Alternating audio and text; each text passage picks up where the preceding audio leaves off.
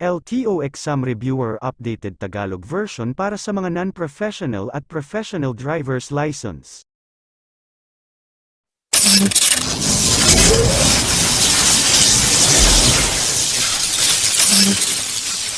Maaari mo bang gamitin ang iyong telepono habang nagmamaneho ng motorsiklo? A. Oo, para tawagan ang mga pasahero. B. Hindi, ito ay ipinagbabawal ng batas. C. Depende sa kalye, ang paggamit nito sa pangunahing daan ay illegal. Ang tamang sagot ay letter B. Hindi, ito ay ipinagbabawal ng batas.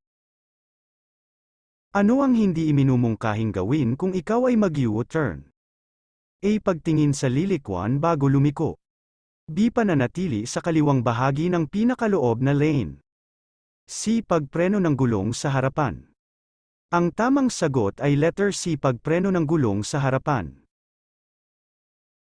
Alin sa mga sumusunod ang nakalarawan? A. Bawal dumaan ang tren. B. Daang tren. C. Babala ng sangandaan. Ang tamang sagot ay letter B. Daang tren. Maliban sa brake rotors, brake pads, at brake pipes, ano pa ang isa sa mahalagang parte ng brake system? A. Brake lining. B. Brake shoe. C. Brake caliper. Ang tamang sagot ay letter C. Brake caliper. Ano ang dapat mong gawin kung may dalawang pasahero na nais sumakay sa iyong motorsiklo? A. Hayaan ngunit magmaneho ng mabuti. B. Huwag hayaan na dalawang pasahero ang sumakay sa iyo. C. Huwag dumaan sa kalye na may maraming tao at sasakyan. Ang tamang sagot ay letter B. Huwag hayaan na dalawang pasahero ang sumakay sa iyo. Kasama sa preventive maintenance ang pagsuri at muling pagsuri ng lahat ng mahahalagang bahagi, mga consumables, at accessories ng mga sasakyan upang A. Ipasa ang pag-renew ng LTO ng pagpaparehistro. B. Panatilihin ang pagiging karapat-dapat ng sasakyan sa kalsada. C. Maging mas pamilyar sa sasakyan. Ang tamang sagot ay letter B. Panatilihin ang pagiging karapat-dapat ng sasakyan sa kalsada. Masasabing labis sa bilang ang mga nakasakay sa motorsiklo kung ito ay may A. Higit pa sa 3 pasahero. B. Higit pa sa 2 pasahero. C. Higit pa sa 1 pasahero. Ang tamang sagot ay letter C. Higit pa sa 1 pasahero. Alin sa mga sumusunod ang ipinagbabawal? A. Pakabit ng top box na kayang maglaman ng 3 helmet na full-faced. B. Pagkabit ng top box na kayang maglaman ng 2 helmet na full-faced. C. Pagkabit ng top box na kayang maglaman ng 1 helmet na full-faced. Ang tamang sagot ay letter A. Pagkabit ng top box na kayang maglaman ng 3 helmet na full-faced. Alin sa mga sumusunod ang dapat nasa mabuting kondisyon kapag magmamaneho? A. Velocimetro. B. Chain train. C. Lahat ng nabanggit.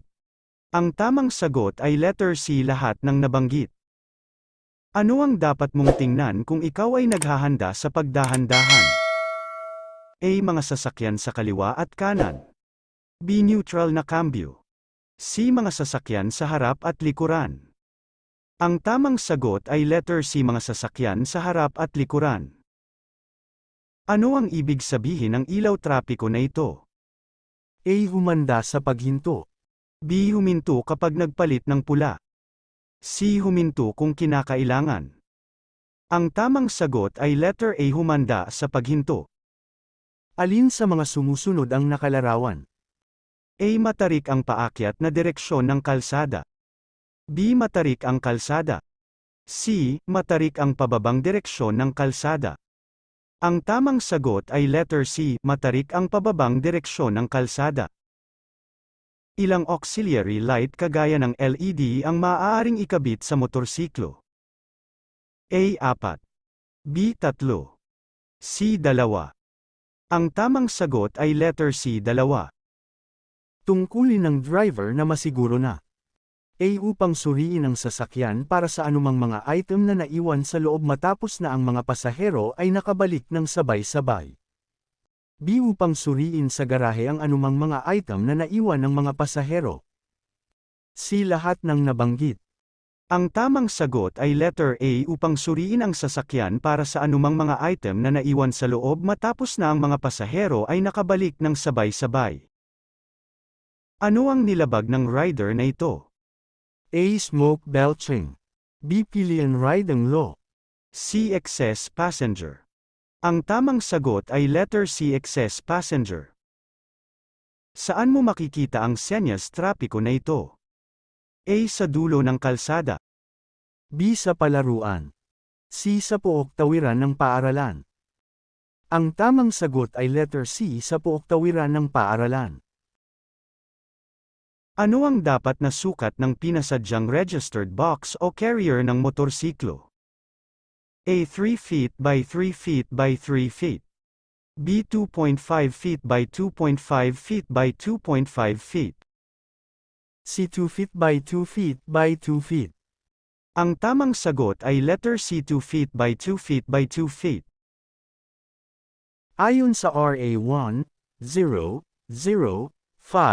4 ano-ano ang maituturing na standard protective na helmet pang motorsiklo? A. Angkop na helmet na aprobado ng LTO at LTFRB. B. Mga helmet na sumusunod sa mga itinakdang kwalifikasyon ng DTI. C. Mga helmet na ibinibigay at ibinebenta ng mga otorisadong nagbebenta ng motorsiklo. Ang tamang sagot ay letter B. Mga helmet na sumusunod sa mga itinakdang kwalifikasyon ng DTI. Ano ang ibig sabihin ng baliktad na tatsulok na may pulang border? A. Huminto at tumuloy. B. Magdahan-dahan.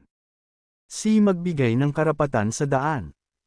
Ang tamang sagot ay letter C. Magbigay ng karapatan sa daan. Bakit hindi ligtas sumakay sa tabi MG kotse? A. Baka madulas ka kapag biglang nagpreno ang sasakyan. B. Dahil sa blind spot. C. Ang isa pa na driver ay maaaring magpanik. Ang tamang sagot ay letter A. Baka madulas ka kapag biglang nagpreno ang sasakyan. Ano ang dapat na suriin ng mabuti ng sumasakay ng motorsiklo? A. Saddlebag. B. Ekstrang gulong. C. Kondisyon ng motorsiklo. Ang tamang sagot ay letter C. Kondisyon ng motorsiklo. Ano ang ibig sabihin ng dilaw na putol-putol na linya sa mga kalsada? A. Maaaring mag-overtake kung ligtas. B. Hindi maaaring mag-overtake. C. Hindi maaaring mag-overtake anumang oras. Ang tamang sagot ay letter A. Maaaring mag-overtake kung ligtas. Bilang isang driver, alin sa mga sumusunod ang hindi mo dapat gawin? A. Magmaneho bago makaupo ang mga pasahero. B. Mag-signal kung kinakailangan kapag bumabitak. C. Bigyan ng oras ang mga pasahero at ipakita ang pagsasaalang-alang. Ang tamang sagot ay letter A. Magmaneho bago makaupo ang mga pasahero. Ano ang dapat na kulay ng headlamp o headlight ng motorsiklo? A. Pula o dilaw. B. Dilaw o asul. C. Puti na medyo dilaw o dilaw. Ang tamang sagot ay letter C. Puti na medyo dilaw o dilaw. Alin sa mga sumusunod ang nakalarawan? A. Madulas ang kalsada. B. Bako-bakong kalsada. C. Matarik ang kalsada. Ang tamang sagot ay letter B. Bako-bakong kalsada. Kumpletuhin ang pahayag. Walang sasakyang demotor ang dapat magmaneho sa paraang maging dahilan upang maglabas o magdulot ng anumang hindi kanais-nais amoy, usok, o A. Tunog. B. Kulay. C. Ingay. Ang tamang sagot ay letter C. Ingay. Saan ka dapat huminto bago pumasok sa rotonda? A. Sa linya ng paghintay o holding line. B. Sa panlabas na lane ng rotonda. C. Sa tawiran ng mga tao. Ang tamang sagot ay letter A. Sa linya ng paghintay o holding line. Ano ang dapat suriin ng driver ng motorsiklo? A. Reserbang gulong, brake pads, shoes at silinyador. B. Saddlebag, top box, oil ng makina, transmission fluid, pedal ng preno at speedometer. C. Kabuuang kondisyon ng sasakyan bago bumiyahe. Ang tamang sagot ay letter C. Kabuuang kondisyon ng sasakyan bago bumiyahe.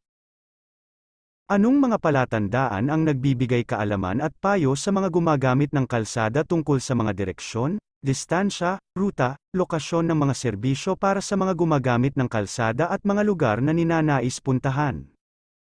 A. Mga senyas na nagbibigay kaalaman. B. Mga babala. C. Mga palatandaan ng regulasyon. Ang tamang sagot ay letter A. Mga senyas na nagbibigay kaalaman. Ano ang dapat kulay ng tail light ng motorsiklo? A. Asul. B. Pula. C. Dilaw. Ang tamang sagot ay letter B. Pula.